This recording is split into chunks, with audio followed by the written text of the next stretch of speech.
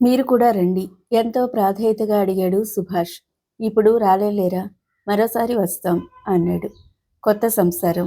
అమ్మాయికేం తెలుసు? వెళ్ళి అన్నీ చేసి వస్తే బావుంటుంది కదా అని భర్తను అడిగింది. వాళ్లే నేర్చుకుంటారు.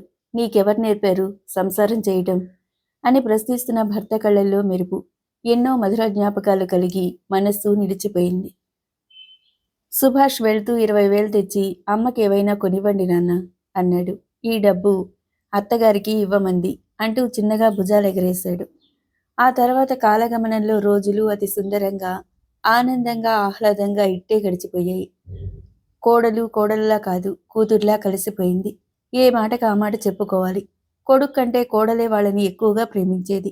వాడు పట్టించుకొని ఎన్నో విషయాలు శ్రద్ధగా తను చూసుకునేది.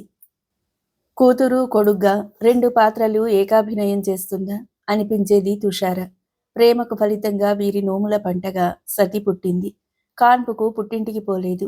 నేను వచ్చి దింపుతాను తల్లి అని అన్న వృద్ధుడైన నాన్నను కష్టపెట్టలేను. ఇక్కడికంటే అక్కడ ఎక్కువ జరుగుతుందని అనుకోను అని చెప్పేసింది.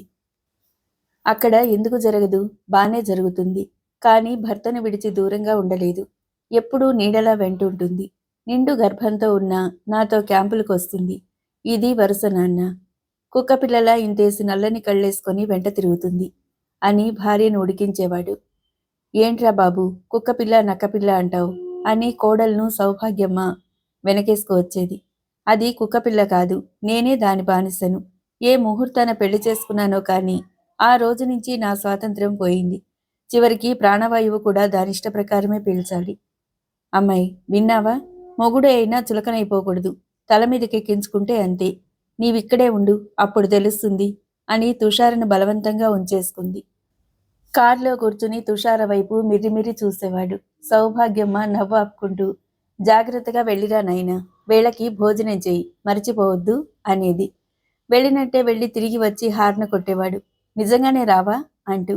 అమ్మాయి బలహీనంగా కనిపిస్తుంది, 2 రోజులు రెస్ట్ తీసుకుని వస్తుందిలే అనేది. అమ్మా, ఇలాంటి అత్తాకోడల్ని నేనెక్కడా చూడలేదు. నాకంటే తుషారే ఎక్కువ నీకు. నాన్న, అమ్మ చూడు అనేవాడు. కళ్ళ నిండా ప్రేమ నింపుకుని కోడలి వైపు చూసి తల ఊపేవాడు. తుషార మెల్లిగా వెళ్ళి కారులో కూర్చునేది. అమ్మ వైపు చూసి చిన్నగా నవ్వుతూ థ్యాంక్స్ నాన్న అని చెప్పి బయలుదేరేవాడు. అత్తగారికి ఏ మందు పెట్టావు? ఢిల్లీ అమ్మాయిలను నమ్మకూడదని అమ్మకు చెప్పాలి అంటూ చేయి పట్టుకునేవాడు. మీకేసిన మందే, అదే ప్రేమ, దానికున్న శక్తి మరి దేనికి లేదు అంటూ భర్త గుండెలపై వాలిపోయేది. ఆ ప్రేమ పక్షుల్ని చూస్తుంటే డ్రైవర్కి ఎప్పటికప్పుడు చిత్రంగా ఉంటుంది. వారిని చూసిన తర్వాత తన భార్యను ప్రేమించటం నేర్చుకున్నాడు. సుభాష్ జిల్లా కలెక్టర్గా ఛార్జీ తీసుకోపోతూ ఆ జాయినింగ్ టైంలో ప్రేమయాత్రకు బయలుదేరారు. 5 ఏళ్ల సతిని తాతయ్య సందిట్లో చేర్చుకుని చెట్టు పుట్ట పట్టుకుని ఎక్కడెక్కడ తిరుగుతుంటారో. నాన్నయ్యను పంపను, తాతయ్య దగ్గరే ఉంటుంది అన్నాడు.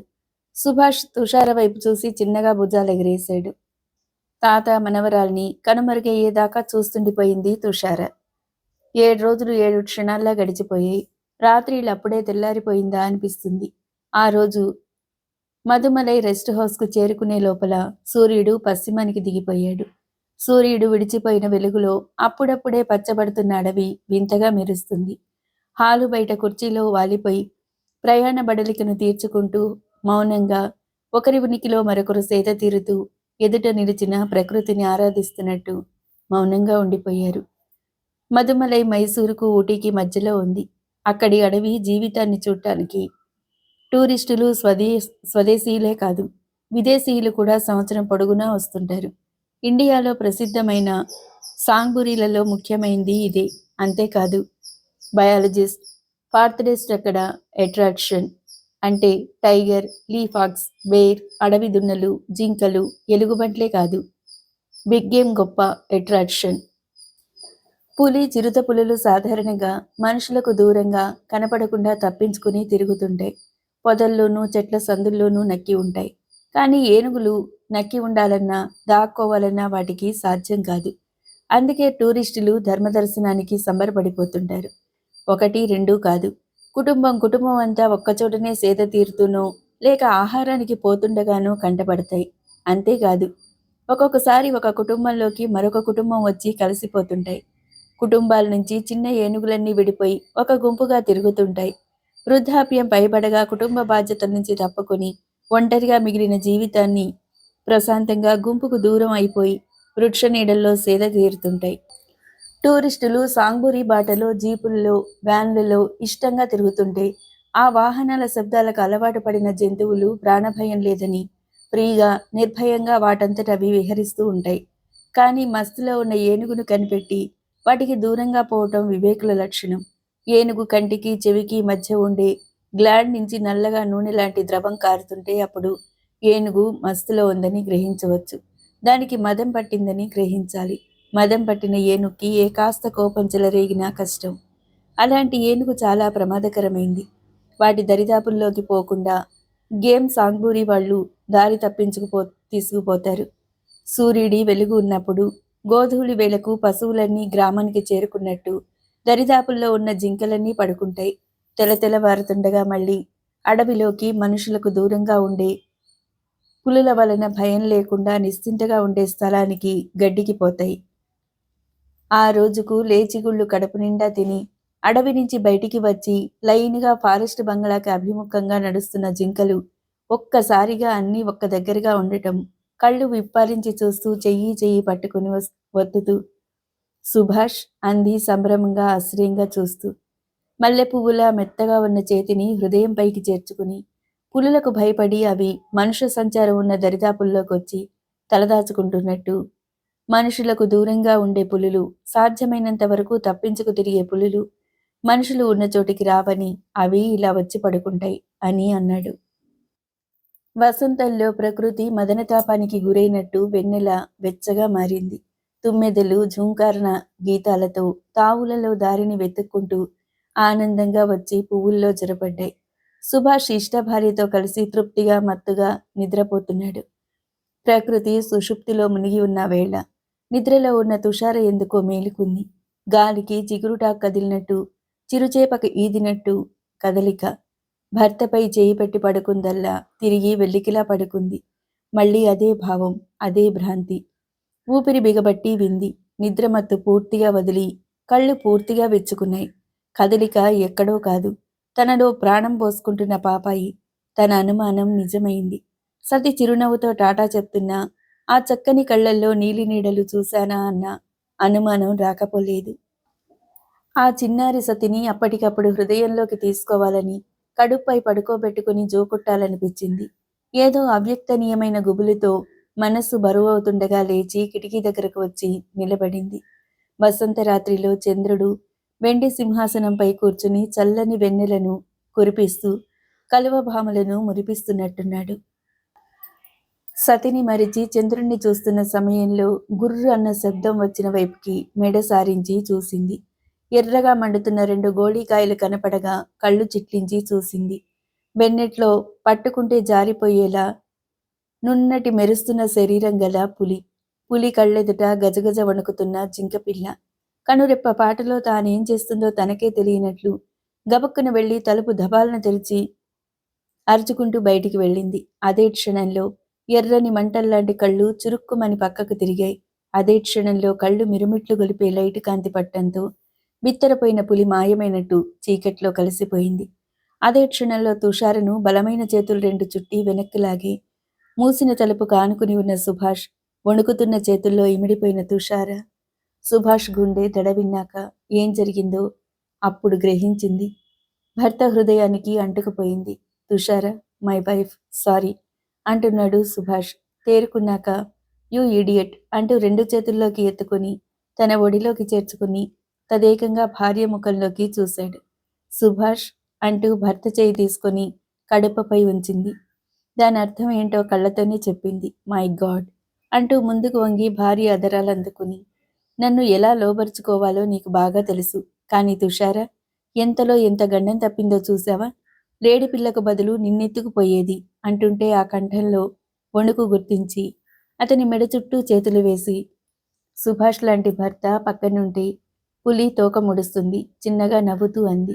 సమయస్ఫూర్తిగా లేస్తూనే టార్చి వెలుగు పులి కంటికి వేశాడు కనుక సరిపోయింది. లేకుంటే ఏమైపోయేదో అన్న ఆలోచన ముందుకు పోనీలేదు తుషారని. రెండు చేతులా అందిస్తున్న ప్రేమామృతాన్ని అందుకోవటంలో మునిగిపోయాడు సుభాష్. తూర్పు ఆకాశన పులుముకున్న అరుణిమ కిరణాల్ని, తుషార నుదుటిపై చెదిరిన కుంకుమ రేఖలనుకున్నాడు. కానీ తెల్లగా తెల్లవారిందని తెలియనే లేదు. తుషారకు మెలకువ రాకుండా పడకపై నుంచి లేచి కాలకృత్యాలు తీర్చుకుని తలుపులు వారగా వేసి గేమ్ సాంగ్బూరి వార్డెన్ దగ్గరకు వెళ్ళి అడవిలో తిరగటానికి హంట్ రైడ్ ఏర్పాటు చేసుకుని వచ్చాడు. అప్పటికి పడకపై నుంచి లేచిన తుషార రాత్రి జరిగిందంతా ఒక కలగా భావిస్తుండగా బ్రేక్ఫాస్ట్ చేయటానికి సుభాష్ వచ్చాడు. కలలు కంటున్న కళ్ళను చూసి, డార్లింగ్, రాత్రి అనుభవం చాలా థ్రిల్లింగ్, మళ్ళీ మళ్ళీ కావాలనిపిస్తుంది అంటూ ద్వంద్వార్థాలతో మాట్లాడుతూ దగ్గరకొచ్చాడు. అందమంతా పైట చాటును దాగి ఉందంటారు, కానీ నాకు మాత్రం నీ కళ్ళల్లో దాగి ఉందనిపిస్తుంది. నీ కళ్ళల్లోకి చూస్తే చాలు నాలో తాపం రగులుకుంటుంది. ఏది అంటూ చుబుకం పట్టి ముఖాన్ని తన వైపు తిప్పుకున్నాడు. తీరిగా బ్రేక్ఫాస్ట్ చేయడానికి డైనింగ్ హాల్కి వచ్చారు. బ్రెడ్ తీసుకుని సాయంత్రం రైడ్ ఏర్పాటు చేశాను అన్నాడు.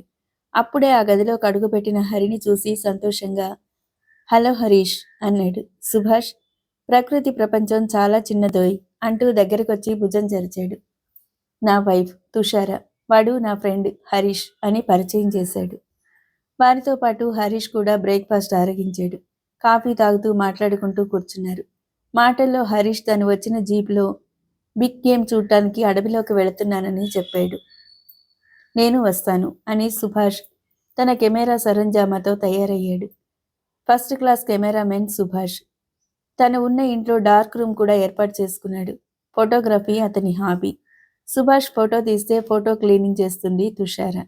కెమెరా ఫ్లాష్ సరిగ్గా ఉందో లేదో సరిచేస్తూ ఈ కెమెరాని నాకు లవ్లీ వైఫ్ని ప్రసాదించి పెట్టింది. హరి, మా పరిచయాలు ఇలా అయ్యాయి అని చెప్పసాగాడు. ముసోరిలో ట్రైనింగ్ అవుతున్నప్పుడు గుల్మర్గాకి వెళ్ళాం. అక్కడ కొండచర్యలో తృణాలపై అలవోకగా నిలిచిన హిమబిందువులా ఉన్న తుషారను చూసి నా కెమెరాను క్లిక్మనిపించకుండా ఉండలేకపోయాను. ఇంతలో అటు పక్క నుంచి వచ్చిన తుషార నాన్నగారు కెమెరాలోని రీల్ని విసిరేసే ప్రయత్నంలో ఉండగా, పద నాన్న, దారిన పోయే దానయ్యతో మనకేంటి పని అంది తుషార. నా కెమెరా సంగతి మర్చిపోయి, మీరు తెలుగు వాళ్ళ అని సంబరంగా వెళ్ళి తుషార ముందు మోకాళ్లపై కూర్చుని ఆమె కళ్ళల్లోకి చూశాను. కొంటెగా భార్య వైపు చూశాడు. ఆ కళ్ళు సిగ్గుబరువుతో కిందికి వాలిపోవటం చూసి బిగ్గరగా నవ్వాడు. వీడు పెళ్ళాం పిచ్చాళ్లా ఉన్నాడు అనుకున్న హరీష్ కూడా నవ్వేశాడు. తుషార, సాహస కృత్యాలేమీ చేయకు, రెస్ట్ తీసుకో, లంచ్ టైంకి వస్తా. యవ్వన దశలో ఎంత తిన్నా హరించుకుపోతుంది కాబట్టి ఎంతైనా తినేయమంటాడు మీ నాన్న, ఓల్డ్ ఫెలో. కళ్ళతోనే ఫ్లయింగ్ కిస్ పంపి ఫ్రెండ్ వెంట నడిచి వెళ్ళి జీబెక్కి చెయ్యి ఊపాడు సుభాష్. మెడలో ఒక కెమెరా, భుజాన టెలిస్కోప్ ఉన్న మరో కెమెరా. ఆ రెండూ ఖరీదైనవే కాదు, ఖరీదంత బరువైనవి కూడా. వాళ్ళు చూపులు చూస్తూ సాలోచనగా తలుపులు మూసుకుంది. అడవిలో జంతువులను అడవిలో చూస్తేనే సంబరంగా ఉంటుంది. సర్కస్లో చూస్తే ఆ థ్రిల్లింగ్ రాదు. ఇక్కడ కుందేలను చూసినా ఉత్సాహం ఉరకల వేస్తుంది. ఒక్కొక్కసారి అడవి అంతా తిరిగినా ఒక్క జంతువు కనపడదు. అక్కడ పనిచేసే వాళ్ళకి ఏ పక్కకి పోతే అలవాటుగా తరచుగా ఎక్కడ ఏ జంతువు ఉంటుందో తెలిసిన వాళ్ళు ఆ దారి వెంట పొమ్మంటారు. స్నేహితులిద్దరూ మాట్లాడుకుంటూ ఆనందంగా పోతున్నారు. హరీష్ డ్రైవ్ చేస్తున్నాడు. పాలు తాగే గున్నేనుగు ఫోటో ఓ బిడ్డ అంటారు. అది మా డ్రాయింగ్ రూమ్లో ఉంచాను. ఈసారి మంచి ఫోటో ఇవ్వాలి, సీనరీ మార్చేస్తాను అంటుంటే సుభాష్ నవ్వుతూ జీప్ దిగాడు. అదిగో అక్కడ ఓ రోజు ఉన్నట్టుంది అంటూ అటువైపు నడిచారు. సాధారణంగా గుంపును వదిలిన వృద్ధ ఏనుగులు ఒంటరిగా తిరుగుతుంటాయి. అవి శాంతి ప్రియులు. చెట్టు కొమ్మలను తొలగించుకుంటూ ముందుకు నడిచారు. ఒక మహావృక్షం ముందు తొండం పైకెత్తి దర్పంగా టీవీగా నిల్చునుంది. పెద్ద పెద్ద దంతాలు భారంతో కిందికి వంగాయి. ఆ దృశ్యం కన్నుల పండుగగా ఉంది. మంచి యాంగిల్ చూస్తూ కెమెరా క్లిక్మనిపించాడు. సరిగ్గా కెమెరా ఫ్లాష్ దాని కళ్ళ మీద పడింది. ధ్యానంలో ఉన్న తపస్సుకి భంగం కలిగినట్టు చివ్వున తల తిప్పింది. మరోసారి క్లిక్ చేయడానికి కెమెరాలో చూస్తున్న సుభాష్ ఒక్కసారి ఉలిక్కిపడ్డాడు. దాని కంటి పక్కన నల్లని చార మరక కట్టి నికనికలాడుతూ కనిపించింది. దాని ఫోజు చూసి అప్రయత్నంగా మరోసారి కెమెరా క్లిక్మనిపించాడు. అంతే, మెరుపులా ఆ మదపుటేనుకు పైకి రావటంతో సుభాష్ అడుగు వెనక్కి పడింది. తిరిగి పరిగెత్తే ప్రయత్నంలో భుజానికి ఉన్న కెమెరా చెట్టు కొమ్మకు తగులుకోవటంతో సుభాష్ వెనక్కి పడిపోయాడు. స్తంభం లాంటి ఏనుగు కాలు పైకి లేవటం మాత్రం చూశాడు. తుషార గది ముందు వరండాలో కూర్చుని అంత దూరంలో అంబారీపై ఎక్కి అడవిలోకి పోతున్న వారిని, పొద్దుననగా వెళ్లిన వారు తిరిగి వచ్చి ఏనుగు సవారికి ఆనందిస్తూ దిగుతున్న వారిని చూస్తూ వీక్లీ మ్యాగజైన్లోకి చూస్తున్న తుషార రివ్వున వచ్చి సడన్ బ్రేక్తో ఆగిన జీబును చటుక్కుని చూసింది. సుభాష్ అప్పుడే వచ్చేశాడు అని అనుకుంటుంటే అప్రయత్నంగా చిరునవ్వు పెదవులపై మొలకెత్తింది. చిన్నగా తల ఎత్తి చూసింది సిగ్గుగా, అంతే. మరి ఆ చూపు రెప్పవేయలేదు. పుణ్యమూర్తి చూస్తుండగానే వేగు చుక్క పొడిచింది. కొడుకు స్మృతుల్లోంచి బలవంతంగా బయటపడి కళ్ళు మూసుకున్నాడు. ఆ రోజు ఆదివారం. సతికి సున్నిపిండితో శరీరం మర్దన చేసి శనగపిండి పాలతో తల కాసేపు నానేసి 2 కాగుల నీళ్లతో స్నానం చేయించి తలకు సాంబ్రాణి పొగ వేస్తున్న అమ్మిని చూస్తూ, మీ ఇంట్లో గుర్రాలుండేవా అని అడిగింది. పొడగాటి వెంట్రుకలను పాయలు పాయలుగా చూస్తున్న సౌభాగ్యమ్మ, గుర్రాలా అని ఆశ్చర్యంగా చూస్తుంటే తాతగారు పకపక నవ్వారు.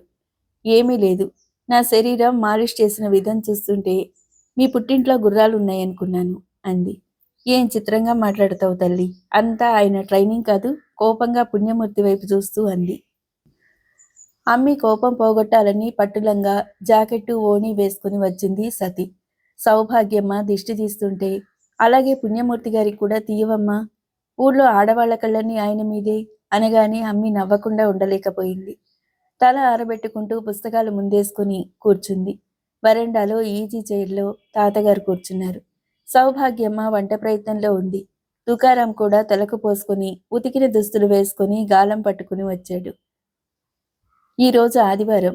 శరీరంలో ఉన్న మురికిని వదులుచుకుని తీరిగ్గా కడుపు నిండా తిని రెస్ట్ తీసుకోవాలి. ఊరంతా బలాదుర్గ తిరగటానికి కాదు సెలవిచ్చింది. మరి వేటకు వెళదాం రమ్మని సతీ అంది అని వాడు మెల్లిగా సంజేషి చెప్తుంటే సతీ అంతలోనే డ్రెస్ మార్చేసింది. పైజమా జుబ్బా వేసుకొని వెంట్రుకలన్నీ తీసి నడినెత్తిపైన కొప్పు కట్టి తినుబండారాలు ప్లాస్టిక్ బ్యాగ్లో పెట్టుకుని మెల్లగా బయటికి వచ్చింది. అమ్మికి చెప్పొద్దు అన్నట్టుగా తాతగారికి సైగ చేసి బయటకు పరిగెత్తింది. కాలు ఎగరేస్తూ సతి వెనుక తుకారం వెళ్ళాడు. ఎదురుపడిన ప్రతి ఒక్కరూ సతిని పలకరించి కుశల ప్రశ్నలు వేయటమే కాక వారికున్న జబ్బులు చెప్పుకుని తాతగారున్నారా అని అడుగుతున్నారు. పుణ్యమూర్తి గారికి కొంతలో కొంత వైద్యం కూడా తెలుసు. అడిగిన వారికి కొన్ని గృహ వైద్యపు చిట్కాలు చెప్పటమే కాక మందు కూడా ఇస్తారు. ఆయన పచ్చకామెర్లకు ఇచ్చే మందు ప్రసిద్ధిగాంచింది. ఆ మందు కోసం పక్క ఊర్ల నుంచి కూడా వస్తుంటారు. తాతగారికి వచ్చిన వైద్యం సతికి కూడా వచ్చు. అది నమ్మిన వాళ్ళు సతిని అడుగుతుంటారు. ఉన్న వాళ్ల వద్ద ఫీజు కూడా వసూలు చేస్తుంది. డబ్బు తీసుకుంటేనే మందు మీద గురి కుదిరేది. రోగాన్ని బట్టి మందిచ్చినట్టే మనిషిని బట్టి డబ్బు తీసుకోవాలయ్యా పుణ్యమూర్తి అంటూ తనకు పాఠాలు నేర్పుతున్న సతి వైపు మురిపంగా చూసేవాడు. కొడుకు కూతురు మనవరాలు అన్నీ సతే వాళ్ళకిప్పుడు. ఊరు దాటి కాలవగట్టుకు వచ్చేటప్పటికి వారికి కోటయ్య ఎదురొచ్చాడు.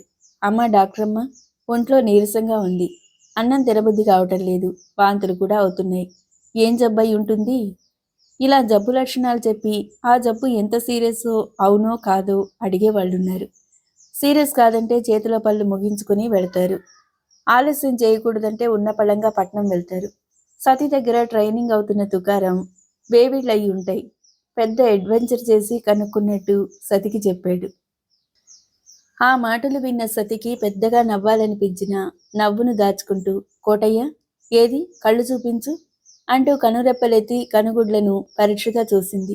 తెల్లగుడ్డుపై పసుపచ్చని సన్నని చుక్కలు కనిపించినట్టు ఉన్నాయి. మూత్రం పచ్చగా వస్తుందా? అవును తల్లి, పచ్చగా వస్తుంది. పచ్చ కామెర్లు ఎందుకైనా మంచిది. పట్నం వెళ్ళి రక్త పరీక్ష చేయించుకో. అందాక మజ్జిగన్న తిను, నూనె మాంసాహారం తినకు అంటూ ముందుకు వెళ్ళింది. సతి మాటపైన ఎంతో గురి, నమ్మకం తుకారాంకి. ఎప్పటికైనా తన కాలు బాగు చేసేది సతియే అన్న నమ్మకం బలంగా అతని హృదయంలో నాటుకుపోయింది. తన కాలు బాగవుతుంది, బూటు వేసుకుంటాడు, కాలేజీకి వెళతాడు అని కలలు కంటూ సతికి సేవ చేసుకుంటూ కాలం గడుపుతుంటాడు. గ్రామంలో తన ఈడు వాళ్లకే కాదు, పెద్దవాళ్లకి, బుల్లెట్పై తిరిగే మధుకైట భారీకి తెలియని ఎన్నో సంగతులు ఎన్నో తనకు తెలుసు అని తలుచుకుంటే ఛాతీ పెద్దదవుతుంది. ఇద్దరూ వెళ్ళి చెట్టు నీడన కూర్చున్నారు. గాలం తీశాడు. గాలానికి ఎరపెట్టి కాలవలోకి వదిలాడు. కర్రపైన పెద్ద రాయి ఉంచి వచ్చి సతి పక్కన కూర్చున్నాడు తుకారం. బ్యాగ్లో నుంచి జంతికలు తీసి ఒకటి సతికిచ్చి మరొకటి తాను తీసుకుని కొరికాడు. కర్రమన్న శబ్దానికి సతివైపు తిరిగి, సతి, శబ్దం చెయ్యొచ్చా అని అడిగాడు. అవి శబ్దం చేస్తూ తింటేనే బాగుంటుంది. అవి తినటానికే ఇంత దూరం వచ్చింది. ఆ శబ్దం మన నుంచి రాదు, ఆ పదార్థం నుంచే వస్తుంది. కాబట్టి మన తప్పులేదు. బారన్ప్రీ తను కూడా ఇష్టంగా చప్పుడు చేస్తూ తింటుంటే, సతి, ఆకాశం ఇక్కడి నుంచి ఎంత దూరంలో ఉంది అన్నాడు. వంగి కాళ్ళ మధ్య నుంచి చూడు, నీ వెనకాల ఉంటుంది.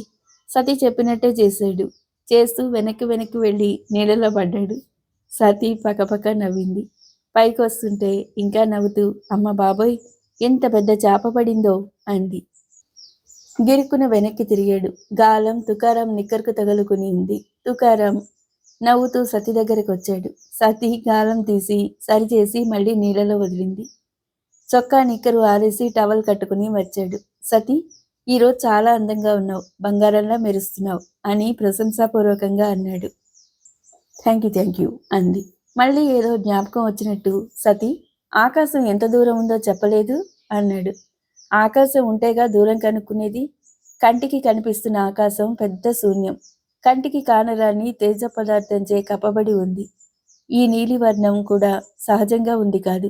సూర్యుడి కాంతి ఉష్ణములను ప్రసరింపజేసే అగ్నిగోళం. సూర్యుడు అగ్నిగోళమా? భగవంతుడు కాదా?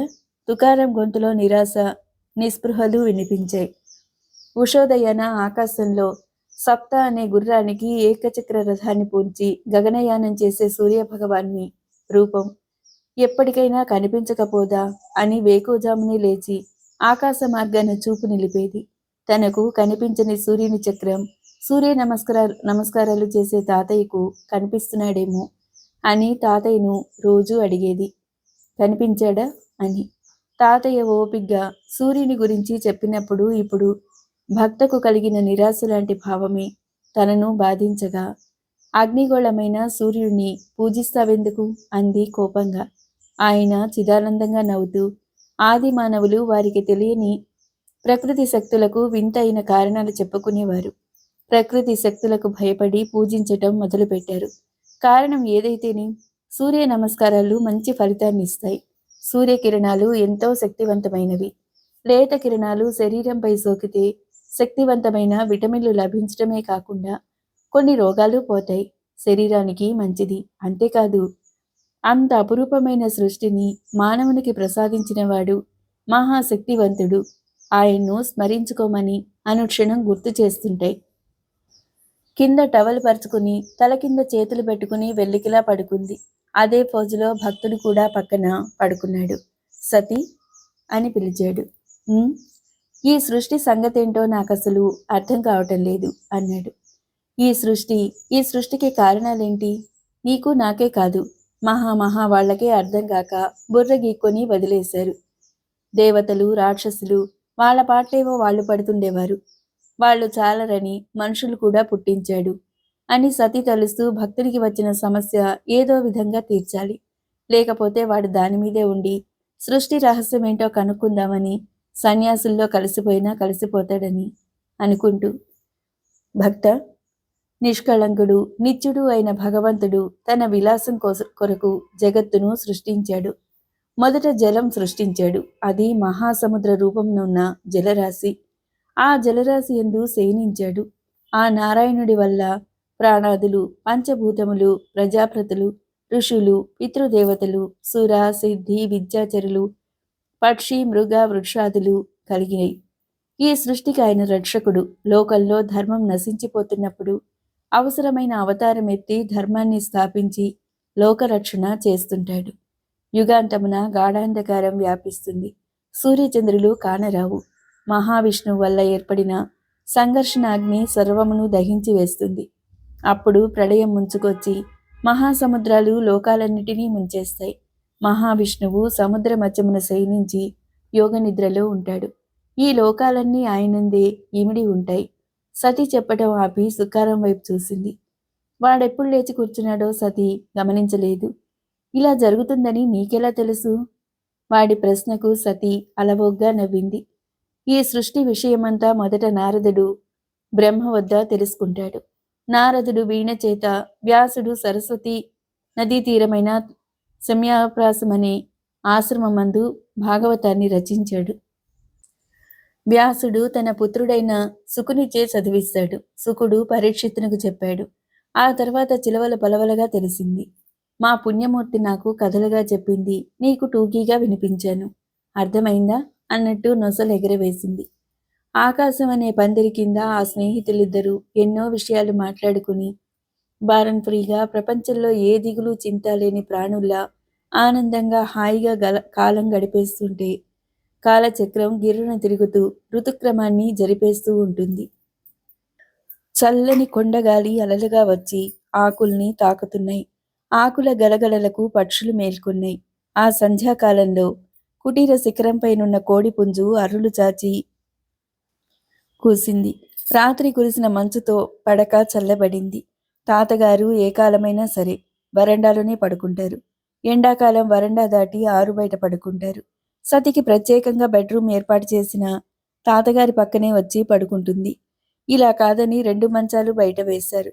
కోడి కూసే వేళకి లేచే అలవాటున్న తాతగారు సతికి దుప్పటి సరిగా కప్పి లోపలికి వెళ్లారు. లేత చిగుళ్ళు తింటున్న ఆనందంలో గండు కొయ్యలా గొంతెత్తి కుహు కుహుమంది. అటు నుంచి ఇటు తిరుగుతూ సతి కళ్ళు విప్పింది. కాళ్ళ దగ్గర కూర్చున్న తుకారాం లేచావా అన్నట్టు నవ్వాడు. కార్యార్థి అయి వచ్చిన అర్జునుడు కృష్ణుని కాళ్ళ దగ్గర కూర్చున్నట్టు తుకారాం చూసి గుడ్ మార్నింగ్ అంది. గుడ్ మార్నింగ్ అంటూ కాస్త దగ్గరకు జరిగి, సతీ, ఊరంతా సందడిగా ఉంది. ఎందుకంటే కొండగట్టు మీద విశ్రాంతి భవనంలోకి సినిమా వాళ్ళు వచ్చి దిగారు. షూటింగ్. వాడికి చాలా ఉత్సాహంగా ఉంది. Rest house care taker Tukaram తాతయ్య బుచ్చయ్య దర్జాగా వెళ్ళొచ్చు. సతీ ఆలోచనలో పడింది. తాతగారు ఈ మధ్య కాస్త స్ట్రిక్ట్గా ఉంటున్నారు. ఆటలు కట్టిపెట్టి ఎంట్రన్స్ పరీక్షలకు ప్రిపేర్ కమ్మంటున్నారు. అది ముఖ్యమే. ఈ షూటింగ్ వ్యవహారం ముఖ్యంగానే కనిపిస్తుంది అని తలుస్తూ ఆల్ రైట్ అంటూ లేచింది. సతీ లేచి లోపలికి పోగానే తుకారాం దుప్పట్లు మడిచి దిండు దుప్పట్లు లోపలికి తెచ్చిపెట్టి మంచం ఎత్తి పక్కన పెట్టాడు. అంతలో పుణ్యమూర్తి బయటకొచ్చి పడక కుర్చీలో కూర్చుని పేపర్ తెరుస్తూ ఏంటి విశేషాలు అన్నాడు. విశేషాల కొరకు పేపర్ చూస్తూ నన్ను అడుగుతారేంటి అన్నాడు. లోకల్ న్యూస్, లేటెస్ట్ న్యూస్ పేపర్లో ఒకరోజు ఆలస్యంగా తెలుస్తుంది. నీవైతే పత్రికా విలేకరుగా బాగా పనికి వస్తావోయ్.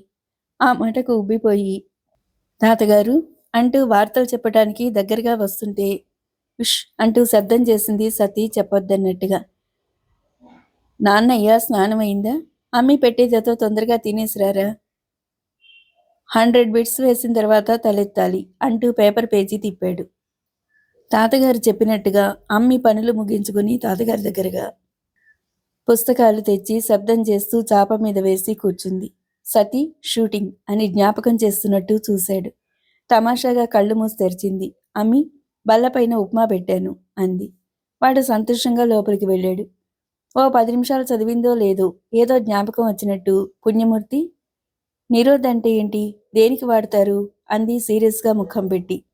తాతగారు సతీ ప్రశ్న వినిపించినట్టు కాసేపుండి చేపల వేటలకు వెళ్ళాలా, వెళ్ళిరా, తొందరగా రావాలి అని పేపర్ చదవటంలో మునిగిపోయాడు. థ్యాంక్ యూ అంటూ గబుక్కం లేచి తాతగారి బుగ్గ మీద ఓ ముద్దు అర్జెంటుగా పెట్టి భక్త రా అంటూ పరిగెత్తిపోయింది. ఆ మాట కొరికే ఎదురు చూస్తున్నాడు. వాళ్ళ పిక్నిక్ బుట్ట చేత పట్టుకుని కుందేలు పిల్లలా గెంతుతూ వెళ్ళాడు. తాతగారు పేపర్ దించి నవ్వుతూ పోతున్న పిల్లల వైపు చూశాడు. అడవికి అభిముఖంగా గట్టుమీద ఉన్న విశ్రాంతి భవనానికి చక్కని దృశ్యంగా రాజబాటగా రింగ్ రోడ్డు ఉంది. కానీ అడ్డదారి దగ్గర దారి. పశువుల కాపర్లు, అడవికి వెళ్లే గ్రామస్తులు ఏర్పరిచిన కాలిబాట మీద చకచక ఎక్కొచ్చారు. భవనానికి ఒక పక్క లోయ, మరో పక్క గ్రామం. అక్కడి నుంచి చక్కని దృశ్యాలు కనిపిస్తాయి. వాళ్ళని చూడగానే బుచ్చయ్య తాత ముఖం వికసించింది. సత్యమ్మ, దాదా అంటూ గోడ కానించిన నులక మంచం తెచ్చి వాల్చాడు. సత్యమ్మ కాదు, సతీ తాతయ్య అని ఎన్నోసార్లు చెప్పాడు తుకారాం. కానీ సత్యమ్మ అనే అంటాడు. మళ్ళీ చెప్పే ప్రయత్నంలో తుకారాంని వారిస్తూ సుత్తెమ్మ అనలేదు, సంతోషించు అని. ఏమిటి తాతయ్య విశేషాలు అంది. సినిమా వాళ్ళొచ్చారమ్మా అన్నాడు. 2 సూట్లున్న రెస్ట్ హౌస్ అది. వెనకాల వంటగది, దాని పక్కన బుచ్చయ్య గది, అదంతా బుచ్చయ్య తాత సామ్రాజ్యం. కుటీరం కట్టించిన కాశీనాథ్ తర్వాత ఆ బంగళా చేతులు మారింది. ఫారెస్ట్ డిపార్ట్మెంట్ వారు స్వాధీనం చేసుకోవాలనుకున్నారు. ప్రస్తుతం యజమాని పన్నీయలేదు. ఈ యజమాని బుజ్జయ్య కూడా చూడలేదు. గుమాస్తా వచ్చి జీతబత్తాలు రిపేర్సు చేయించిపోతుంటాడు. ఎప్పుడూ ఊటీ లేకపోతే మహాబలిపురం, మద్రాస్ బీచ్లు చూసిన ప్రేక్షకుల మీద జాలి తలచి ఏదో కొంత కొత్తదనం చూపాలని చాలామంది ప్రయత్నిస్తున్నారు. తక్కువ బడ్జెట్తో సినిమా తీసేవాళ్లకి దరిదాపుల్లో చక్కని ప్రదేశాలు ఎన్నో ఉన్నాయి.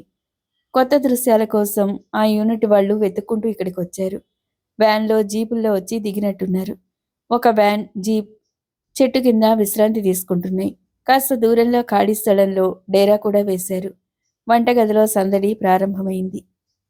వంటగది ముందు నిల్చున్న ధూమక మూర్ఖలను చూసి తుకారాం నవ్వుతూ, మనకంటే ముందొచ్చేశారు అన్నాడు. తమ సంచి బుచ్చయ్య తాత దగ్గరుంచి అక్కడి నుంచి ముందుకొచ్చారు. చిన్న నవ్వారు కుర్చీలో ఒకతను కూర్చుని ఫైల్లోకి చూస్తున్నాడు. తలపైన తెల్లని క్యాప్ ఉంది. అతని వేషధారణ చూస్తుంటే డైరెక్టర్ అయి ఉంటాడు అంది. అతని పక్కనే టీపై మీద కాళ్ళుంచి తల వెనక్కి వాల్చి కళ్ళు మూసుకున్నాడు. 2 వేళ్ల మధ్య ఉన్న సిగరెట్ దానంతటది కాలిపోతుంది. ఎవరై ఉంటారు అన్నట్టుగా సతివైపు చూశాడు. ఇంకెవరు, రచయిత. అదిగో అక్కడ నల్లగా కుండబొజ్జ వేసుకుని మాటిమాటికి సామాను వైపు చూస్తూ వంటగది వైపు చూస్తున్నాడు. అతను ప్రొడ్యూసర్ అని నవ్వుతూ వచ్చి దగ్గర నిల్చున్నారు. అప్పుడే అట్నుంచి లొకేషన్ చూసి సెలెక్ట్ చేసుకొని వస్తున్న అసిస్టెంట్ డైరెక్టర్, ప్రొడక్షన్ మేనేజర్ అక్కడికొచ్చారు. అందరూ ఒక్కసారిగా సతివైపు చూశారు. వారి వైపు స్నేహపూర్వకంగా నవ్వుతూ, లోకల్ని అంది తమాషాగా. డైరెక్టర్ మౌనంగా చూస్తుండిపోయాడు. రచయిత కళ్ళు విప్పాడు. ఇలాంటి క్లాసికల్ బ్యూటీని చూసి చాలా రోజులైందని తలిచాడు. ఇలాంటి అందమైన అమ్మాయిల చుట్టూ కథ అల్లటానికి ప్రయత్నిస్తున్నాడు. అసిస్టెంట్ డైరెక్టర్ అమర్ సిగరెట్ పడేసి, సార్, మన నెక్స్ట్ పిక్చర్కి సరిగ్గా పనికొస్తుంది. డైరెక్టర్ పక్కన చేరి నిల్చుని అన్నాడు. వాళ్ళందరూ సతివైపు చూసి మాట్లాడుకోవటం తుకారాంకి బాగనిపించలేదు. కానీ సతి చిరునవ్వుతో చురుగ్గా అందర్నీ చూస్తుంది. కొత్త మనుషుల్ని, వారి క్యారెక్టర్ని స్టడీ చేయటం హాబీ సతికి. నిస్సంకోచంగా, నిర్భయంగా జేబుల్లో చేతులు పెట్టుకుని చూసే అమ్మాయిని చూసి కించిత్ ఆశ్చర్యాన్ని కలిగించింది డైరెక్టర్కి. కూర్చోమన్నట్టు కుర్చీ చూపించాడు. థ్యాంక్ యూ అంటూ కూర్చుని తుకారాం వైపు చూసింది. ఎవరమ్మాయివి అడిగాడు. తీతా కాదు, రీతా గారి అమ్మాయిని. డైరెక్టర్ గారు తెల్లముఖం వేశారు. తీసేసిన తహసీల్దార్ కాదు, రిటైర్డ్ తహసీల్దార్ గారి అమ్మాయిట, రచయిత చెప్పాడు. గుడ్ అన్నట్టు చూసింది. సినిమాలో ఛాన్స్ ఇస్తే యాక్ట్ చేస్తావా? మా సతీ డాక్టర్ అవుతుంది, టక్కుమని జవాబు చెప్పాడు తుకారాం. ఈ అబ్బాయి తుకారాం ఫస్ట్ క్లాస్, 6వ క్లాసులోకి వచ్చాడు. నీవేం చదువుతున్నావో చెప్పలేదే? మీరు అడగలేదు కదా? కిసుక్కుని నవ్వారు. డైరాలో పండుకున్న వాళ్ళు కూడా లేచి కూర్చున్నారు. ఆటాపాటా వచ్చా? ఖోఖో, త్రోబాల్, బాస్కెట్బాల్, లైగర, జనగణమన, జాతీయ గీతం వచ్చు. సతీ సీరియస్గా చెప్తుంటే అసిస్టెంట్ డైరెక్టర్ కళ్ళెత్తి ఆకాశం వైపు చూశాడు. ఆ అమ్మాయికి అందమే కాదు, పొగరు కూడా ఉందే అని రచయిత లోపల నవ్వుకుంటున్నాడు. అమ్మాయి చర్మ సౌందర్యం, ఆ నవ్వు చూస్తుంటే సన్షైన్ బ్యూటీ షాంపూ వాళ్ళు కొత్త మోడల్ కోసం చూస్తున్నారు. ఈ అమ్మాయి సరిగ్గా సరిపోతుంది అని ప్రొడక్షన్ మేనేజర్ తలుస్తూ సతిని దీర్ఘంగా చూస్తున్నాడు. అందులో కారు హారన్స్ ఒకటి కాదు, 2 వినిపించాయి. వచ్చారు అంటూ అందరూ లేచి కార్లకు ఎదురు వెళ్లారు. కుతూహలంగా సతీ, తుకారాం అటు చూశారు. కారులోంచి దిగిన హీరో, హీరోయిన్లు వరండాలోకి వెళ్లి కూర్చున్నారు. అందరూ వారి సౌకర్యాలు చూడటానికి, వారిని పరామర్శించి షూటింగ్ విశేషాలు చెప్పడానికి వారి దగ్గర చేరారు. తుకారాం కూడా వెళ్ళాడు. సతి కూర్చున్న దగ్గర నుంచి లేవలేదు.